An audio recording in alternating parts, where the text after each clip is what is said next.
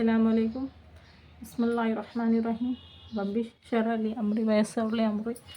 शुरू करते हैं अल्लाह का नाम से जो निहायत ही मेहरबान और रहमत करने वाले हैं। आज हम एक किस्से की तरफ चलते हैं जिससे हमें ये सबक मिलता है कि मरने के बाद क्या हश्र होता है, कौन से अमल हमारे साथ होते हैं, कौन से नहीं, हमें क्या करना चाहिए, ये सब चीज़ें हम आज जानते हैं। एक मैं आपको एक शराबी का किस्सा सुनाती हूँ, ज़रा गौर से सुनिए, स्किप मत करके मत देखिए। इससे इबरत हासिल करना है हमें और कुछ नहीं। आपको मेरे को बस इसको सवाब की नीयत से शेयर करें, हो सके तो लाइक और शेयर करें, सब्सक्राइब कर दें। चलिए आगे बढ़ते हैं। दिन के कामों में हिस्सा ले और अल्लाह की रज़ा का सबब बने। अल्लाह ताला की हज़रत मालिक दीनार मशहूर सहाबी बुज़ुर्गों में से थे। तो उनसे वो इब्तिदा में कुछ अच्छे हाल में ना थे। एक शख्स ने उनकी तौबा का किस्सा पूछा कि क्या बात पेश आई है जिस पर आपने अपनी साबिक़ा ज़िंदगी से तौबा कर ली। वो कहने लगे कि मैं एक सिपाही था और शराब का बहुत शौकीन और बहुत आदी था। हर वक्त शराब में ही मुनहमक रहता था। मैंने एक बांदी ख़रीदी जो बहुत खूबसूरत थी और मुझे इससे बहुत ताल्लुक़ था। उससे मेरी एक लड़की पैदा हुई। मुझे उस लड़की से भी मोहब्बत थी और वो लड़की मुझसे बहुत मानूस थी। यहाँ तक कि वो पाँव चलने लगी तो उस वक्त मुझे उससे और भी ज़्यादा मोहब्बत हो गई कि हर वक्त वो मेरे पास रहती। लेकिन उसकी ये आदत थी कि जब मैं शराब का गिलास पीने के लिए लेता वो मेरे हाथ में से छीन कर मेरे कपड़ों पर फेंक देती। मोहब्बत की ज़्यादती की वजह से उसको डांटने का दिल ना मानता। जब वो 2 बरस की हो गई तो उसका इंतकाल हो गया। इस सदमे ने मेरे दिल पर ज़ख्म कर दिया। एक दिन 15 शाबान की रात थी। मैं शराब में मस्त था, इशा की नमाज भी ना पढ़ी, इस हाल में सो गया। मैंने ख्वाब में देखा कि हश्र क़ायम हो गया, लोग ख़बरों से निकल रहे हैं। मैं भी उन लोगों में हूँ जो मैदान हश्र की तरफ जा रहे हैं।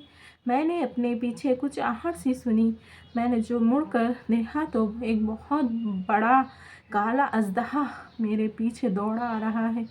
उसकी कैरी आँखें, मुँह खुला हुआ और बेतहाशा मेरी तरफ दौड़ा आ रहा है। मैंने उसके डर से घबराकर खौफज़दा ज़ोर से भाग रहा हूँ और वो मेरे पीछे भागा चला आ रहा है। सामने मुझे एक बूढ़े मियाँ निहायत नफीस लिबास और निहायत ही महकती हुई खुशबू उनमें से आ रही है मिले। मैंने उनको सलाम किया, उन्होंने भी जवाब दिया। मैंने उनसे कहा, खुदा के वास्ते मेरी मदद कीजिए। वो कहने लगे, मैं ज़ईफ़ आदमी हूँ, ये बहुत ख़वी है, ये मेरे ख्वाबों का नहीं। लेकिन तू भागा चला जा, शायद आगे कोई चीज़ ऐसी मिल जाएगी जो इससे नजात का सबब बन जाए। मैं बेतहाशा भागा जा रहा था। मुझे एक टेला नज़र पड़ा। मैंने उससे पर चढ़ गया। वहाँ चढ़ते ही मुझे जहन्नुम की दहकती हुई आग उसके टेले के पड़े नज़र पर पड़ी। उसकी दहशतनाक सूरत और उसके मंजर नज़र आए। इन सब हालत को देखने के बावजूद इस सांप को अपनी दहशत पर मुझ पर सवार थी और ऐसी तरह भागा जा रहा था कि मैं करीब ही था कि जहन्नुम के गड्ढे में जा पड़ूं। इतने में एक ज़ोर की आवाज़ मुझे सुनाई दी। कोई कह रहा है, मुझे पीछे हट, तू इस जहन्नुमी लोगों में से नहीं है। मैं वहाँ से पीछे को दौड़ा और सांप भी मेरे पीछे को लौट आया।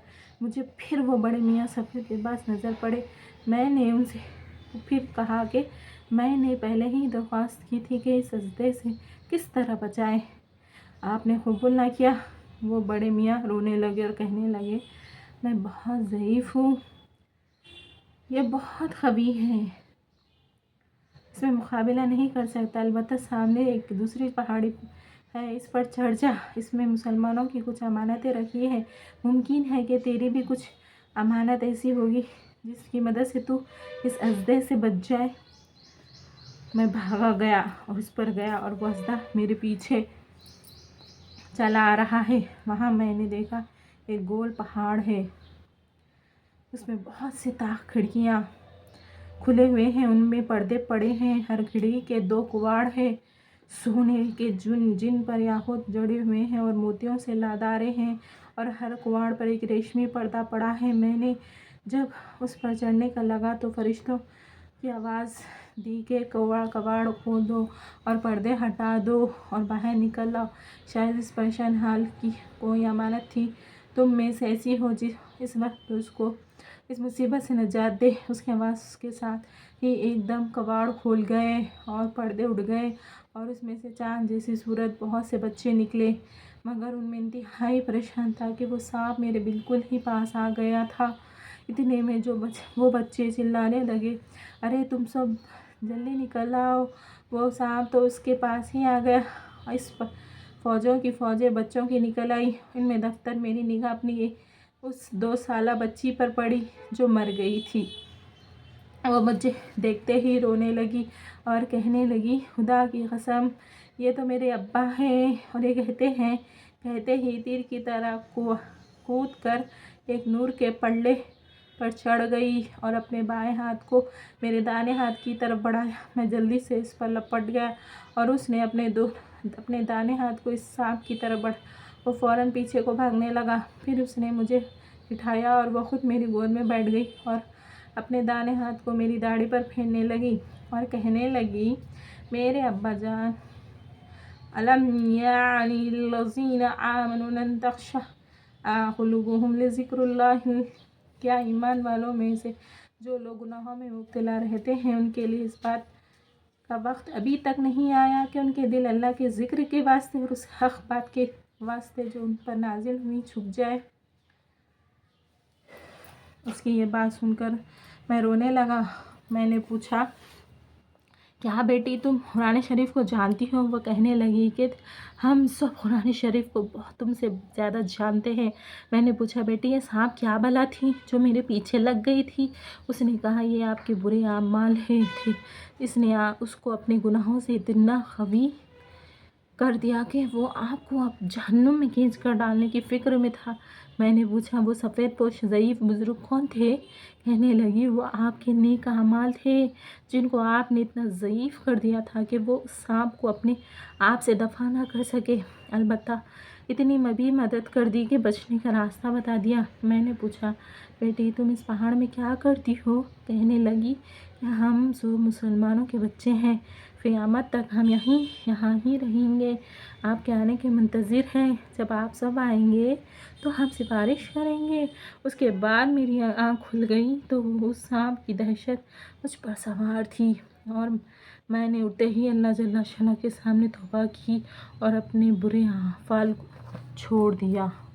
یہ تھا ایک شرابی کا قصہ جسے اللہ تعالیٰ نے غیبی سے بتا دیا کہ تمہارے اعمال سانپ کی شکل میں مسلط ہوتے ہیں، اس کو ہم جتنا گناہوں سے بھریں گے وہ اتنا قوی ہوگا اور اس کو جتنا صاف رکھیں گے اتنا ہی کم ہوگا، جتنا طاقتور بناؤ گے اتنا بڑھے گا، جتنا کمزور کرو گے۔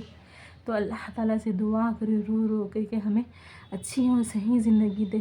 مرنا تو ایک دن سب کو ہے، تو کیوں نہ ہم اللہ کے راستے پہ بتائے ہوئے راستے پہ چل کر مریں۔